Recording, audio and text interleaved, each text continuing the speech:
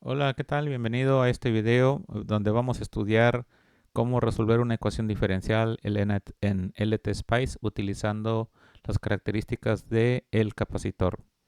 Para empezar, antes de analizar este circuito, vamos a recordar un poquito el tema de las ecuaciones del capacitor. Omitiendo la dependencia del tiempo, recordemos que la corriente en un capacitor es igual a la capacitancia por la derivada del voltaje entre el tiempo. Ok, si la capacitancia es igual a 1, pues lo que voy a tener entonces que la corriente es igual a la derivada del voltaje con respecto al tiempo. Quiere decir que aquí, por ejemplo, en este circuito que tengo aquí, la corriente esta que va por aquí, pues sería igual a la corriente del capacitor y tendría una corriente igual a la derivada del voltaje con respecto al tiempo.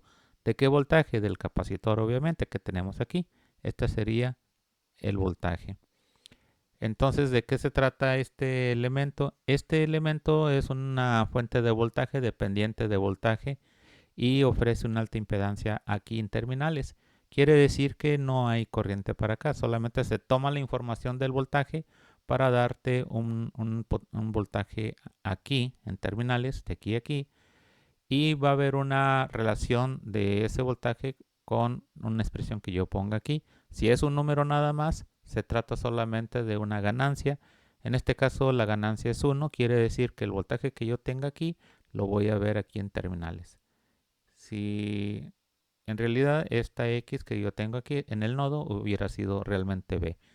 Ese voltaje, bueno, es del nodo este, lo retroalimento aquí que le estoy cambiando a X.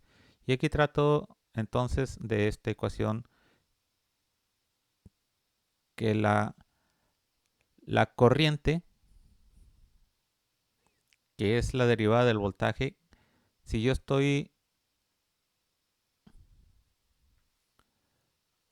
si este voltaje que yo estoy retroalimentando aquí, la corriente depende de este nivel de voltaje, fíjate, recuerdas que esto es el factor de la ganancia, entonces el número, la X, se multiplica por menos 1 y bueno, es igual a la corriente. Entonces, ¿de qué estamos hablando? Pues que yo tengo la expresión menos X como corriente aquí del circuito, pero recuerda que también la X es igual a la derivada del voltaje con respecto al tiempo o la derivada de X con respecto al tiempo. Entonces, de esa manera yo implemento esta ecuación diferencial con este circuito. Aquí hay una retroalimentación y se hace esta ecuación.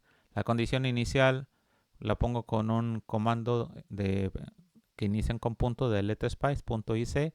El voltaje en el nodo B, este es el nodo B, es igual a 1. Es un análisis en el tiempo, a 10 segundos. Y bueno, ejecuto el análisis y se obtiene esta respuesta. Eso es realmente todo lo que quería mostrarte en este video. Es muy interesante. Voy a hacer más adelante un video de cómo hacer un subcircuito de esto para poder extender el concepto a problemas más complejos. Por el momento vamos a dejarlo hasta allí en este caso.